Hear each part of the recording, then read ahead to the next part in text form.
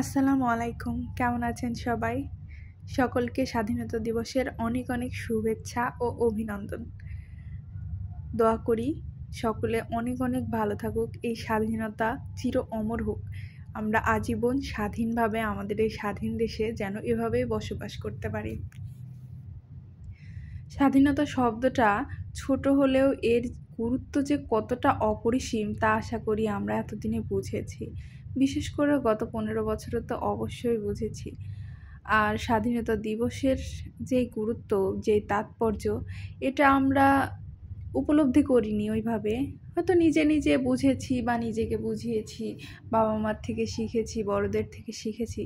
কিন্তু গত জুলাই আগস্টে আমরা যেভাবে নিজে থেকে উপলব্ধি করেছি, আশা করি ডিসেম্বর 1971 সালের 16ই ডিসেম্বরের এই তাৎপর্য আমরা গত 5ই আগস্ট অনেকটা হলেও বুঝেছি আর উপলব্ধি করেছি আসলে স্বাধীনতার স্বাদ কতটা। তো স্বাধীনতা দিবসে সবাইকে সবার জন্য অনেক অনেক দোয়া ও ভালোবাসা। আশা করি, দোয়া করি সকলে যেন এইভাবে আমরা স্বাধীনভাবে এই দেশে বাঁচতে পারি। আমরা স্বাধীন জাতি, আমরা বাঙালি জাতি, এই দেশটা আমাদের, এটাই আমাদের পরিচয়, এটাই আমাদের গর্ব। বাঙালি জাতি নিজের বুকের তাজা রক্ত দিয়ে এই দেশটাকে স্বাধীন করেছে এবং যত পরাশক্তি আসুক, যাই আসুক, বারবার এরা বুক পেতে দিয়েছে, বারবার রক্ত দিয়ে এই দেশটা আবার আমরা স্বাধীন করেছি, আবার আমরা স্বাধীনতা বজায় রেখেছি।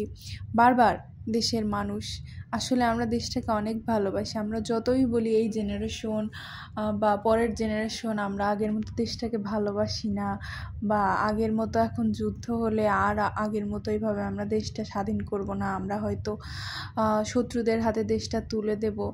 আমাদের তরুণ প্রজন্ম কিন্তু সত্যি এমন না, তার প্রমাণ তো আপনারা পেয়েছেনই। বারে বারে আশা করি আমরা এইভাবে প্রমাণ দেব। তবে আমরা চাই না প্রমাণ দিতে, কারণ আমাদের স্বাধীনতা কেউ ক্ষুণ্ণ করুক, কোনো পরাশক্তি, কোনো স্বৈরাচার, এটা আমরা চাই না কখনোই। আমরা চাই আমাদের দেশে আমরা শান্তভাবে শান্তিতে বসবাস করতে পারি সকলে মিলে। কোনো পরাশক্তি, কোনো স্বৈরাচার আর যেন না আসুক। আমরা আমাদের দেশের উন্নয়ন চাই, দেশের মানুষের সুখ শান্তি সব কিছু চাই। মাথা উঁচু করে একে অপরের সাথে আমরা শান্তিতে বাঁচতে চাই। আল্লাহর কাছে দোয়া করি, আল্লাহ যেন আমাদের এইভাবেই আমাদের দেশটা আস্তে আস্তে যেন উন্নয়নের দিকে যায়, আর কোনো খারাপ শক্তি আমাদের দেশে প্রভাব না ফেলুক।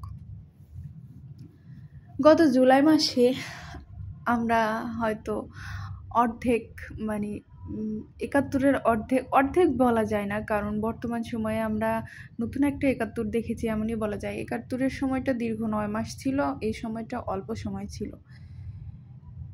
আগে বইয়ে পড়তাম বা নানি দাদিদের মুখে গল্প শুনতাম যুদ্ধের, বা মুভি দেখতাম, এগুলো দেখে ভয় লাগতো বা ভাবতাম, চিন্তা করতাম কিভাবে মানুষ ওই সময়টা পার করেছে, কতটা কষ্টে পার করেছে।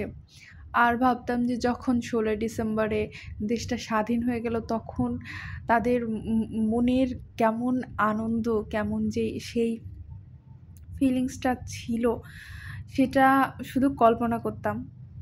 তো এই যে জুলাই আগস্টে আমরা সেটা উপলব্ধি করেছি, মানুষের কি কষ্ট, কতটা বেদনা, একটা যুদ্ধ, একটা আন্দোলন কতটা বেদনাদায়ক হতে পারে আমরা নিজের চোখে দেখেছি।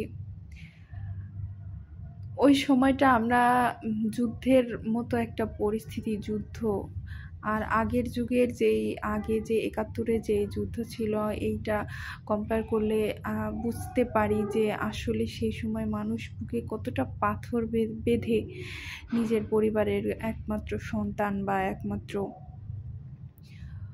কর্তাকে পাঠাইতো যুদ্ধে, বা যেত আর কখনো ফিরে আসতো না।